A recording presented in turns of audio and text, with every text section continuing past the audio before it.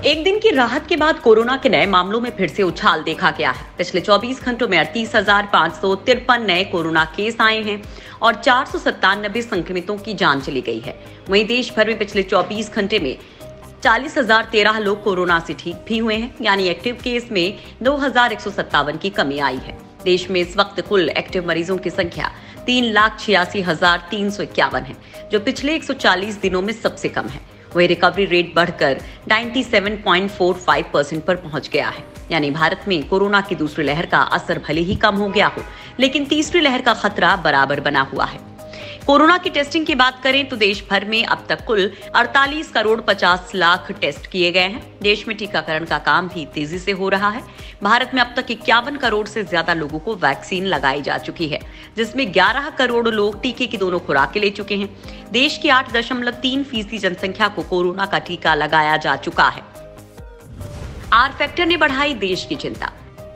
केंद्र सरकार ने कहा कि देश भर के 37 जिलों में पिछले 2 हफ्तों में कोविड-19 के औसत दैनिक नए मामलों में वृद्धि की प्रवृत्ति देखी गई है। यहां तक कि देशव्यापी आंकड़ा गिर रहा है। आर फैक्टर यानी वो संख्या जो कोरोना की गति को दर्शाती है, वो 5 राज्यों में 1 से अधिक है। स्वास्थ्य मंत्रालय के अधिकारियों ने इसे बेहद खतरनाक बताया है।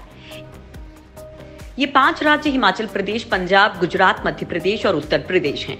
1 और उससे कम के आर वैल्यू को सुरक्षित माना जाता है, क्योंकि इसका मतलब है कि 100 लोग या तो समान संख्या में या उससे कम लोगों को संक्रमित कर रहे हैं। ये इस बात का संकेत है कि नए संक्रमणों की संख्या मौजूदा संक्रमणों की संख्या से अधिक नहीं है। वहीं केरल में कोरोना केस लगातार 20,000 से ऊपर ही बने हुए हैं। यहाँ पिछले 24 घंटे में 21,119 नए मामले सामने आए। प्रदेश में संक्रमण दर 16% के करीब पहुंच गई है। देश में बीते 7 दिनों में सामने आए कोविड-19 के कुल मामलों में से आधे से ज्यादा केरल में मिले हैं। बीते 2 हफ्तों में देश के 9 राज्यों के 37 जिलों में कोविड-19 के दैनिक नए मामलों की संख्या बढ़ रही है। इनमें केरल के 11 जिले और तमिलनाडु के 7 जिले भी शामिल हैं। कोरोना वैक्सीन की मिक्स डोज को मिली मंजूरी। कोविशील्ड और कोवैक्सीन इन 2 टीकों को मिलाए जाने को लेकर की जाने वाली स्टडी को drugs controller general of India यानी DCGI ने अपनी मंजूरी दे दी है। अब इसका क्लिनिकल ट्रायल वेल्लोर के मेडिकल कॉलेज में किया जाएगा। पिछले दिनों ही वैक्सीन को मिक्स करने को लेकर एक स्टडी की गई थी, जिसके नतीजे काफी पॉजिटिव दिखाई दिए थे। कोविशील्ड और कोवैक्सीन की डोज मिलाकर लेने से कोरोना संक्रमण के खिलाफ बेहतर सुरक्षा मिल सकती है।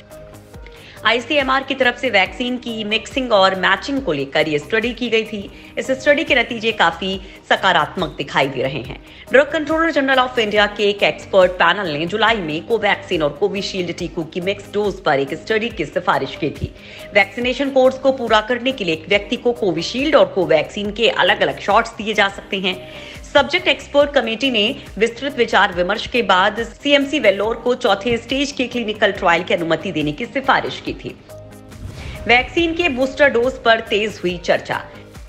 कोरोना का खतरा अब भी बना हुआ है। देश के कुछ राज्यों में कोरोना के मामले अब भी चिंता का कारण बने हुए हैं। वहीं कई दूसरे देशों में भी एक बार फिर कोरोना के मामले बढ़ रहे हैं।